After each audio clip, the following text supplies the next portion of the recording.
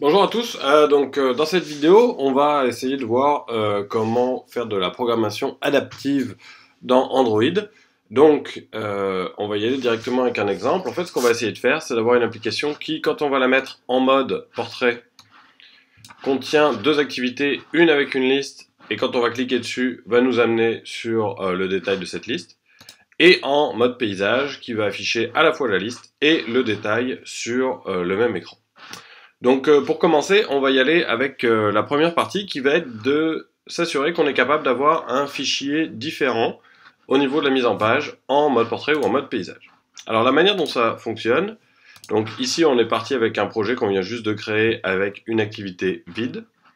On a ici une activité et la manière dont Android fonctionne, c'est qu'en fait c'est la même activité qui va être recréée au changement de configuration. Donc, dès qu'on va tourner l'écran, il va oublier l'ancien objet activité et en recréer un en sélectionnant le layout à partir d'un autre fichier. Donc la manière dont on va voir ça, c'est qu'en fait le Activity Main va avoir deux versions, une version principale et une version pour le cas portrait.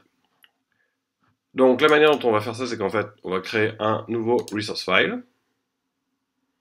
Oups, on va pas le créer ici, on va le créer ici. Donc dans layout, il va avoir exactement le même nom que l'autre, qu'il est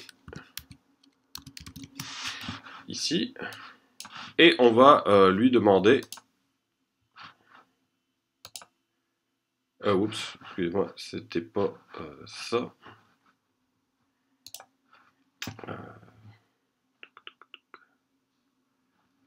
Ok, donc c'est basé sur l'orientation, et ici on en veut un spécifiquement pour landscape. Alors la manière dont Android fonctionne, c'est qu'en fait, pour chaque configuration, il va rajouter des éléments à l'arrière. Donc là, par exemple, quand on a layout-land, ce que ça veut dire, c'est les layouts qui vont s'appliquer dans la configuration où on est en landscape. Donc on fait OK. Et à partir de ce moment-là, on va voir que notre configuration layout a en fait deux versions. Une première ici et une seconde ici. Alors pour voir la différence initialement, ce qu'on va faire, c'est tout simplement qu'en landscape, on va changer la couleur de fond. Pour un background.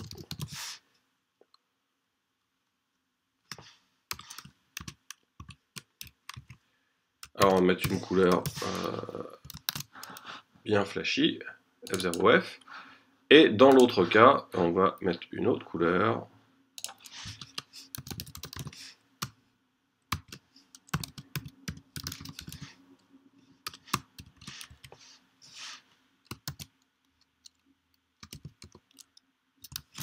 Voilà, donc si on repart notre application ici, dans notre tablette,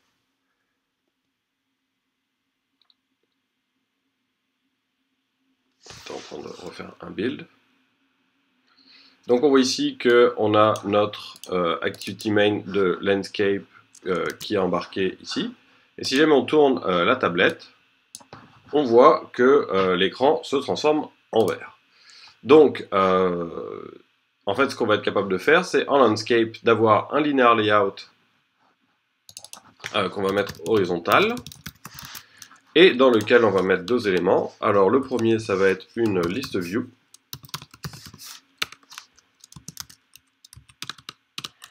Et le deuxième, un text view.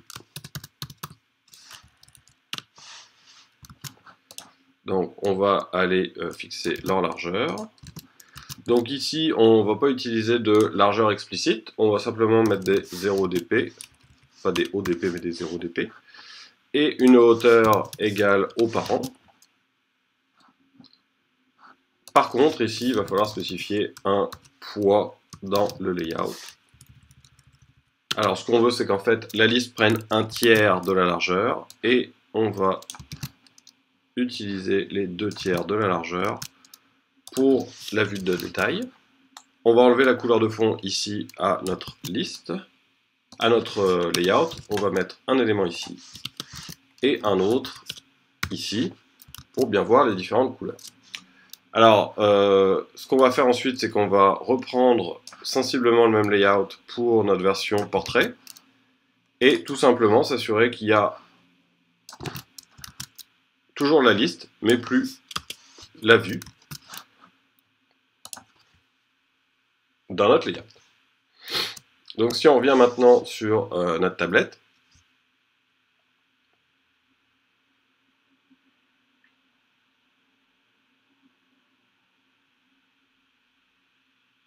on voit qu'initialement, en mode portrait, on se retrouve à avoir un seul élément dans notre layout. Et si on tourne notre tablette, on voit maintenant nos deux éléments, c'est-à-dire qu'ici, on va avoir notre liste, et ici, on va avoir notre text view.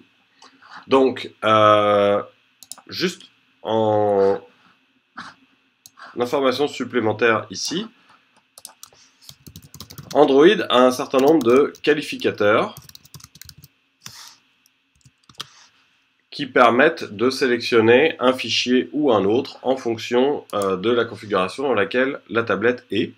Donc là, on en a vu un qui est l'end, ici le -lend qu'on a rajouté sur le répertoire. Alors pour que vous voyez à quoi ressemblent les répertoires qui ont été créés, parce que dans Android Studio, on vous les présente comme une seule ressource, ici, avec les deux fichiers en dessous.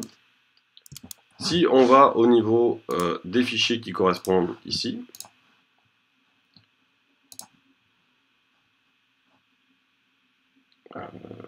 ici, dans notre main, dans nos ressources, on voit ici qu'on a layout qui contient activity-main.xml et layout-land qui contient activity.main.xml.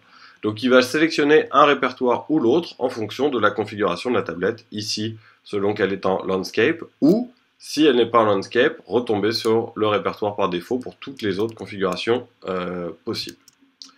Donc si on retourne ici à la page de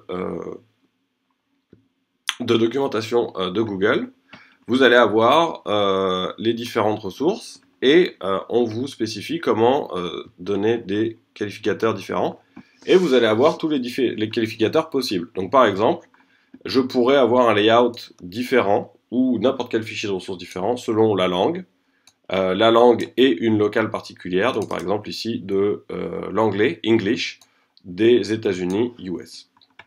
Vous pouvez aussi avoir des layouts différents selon que la langue utilisée écrit de la gauche vers la droite ou de la droite vers la gauche. Les tailles d'écran, et si on descend, on va tomber sur Port et Land, qui sont les modes portrait et landscape. Donc pour l'instant, nous, ce qu'on a utilisé, c'est uniquement ça, et la possibilité d'avoir deux layouts différents dans notre activité.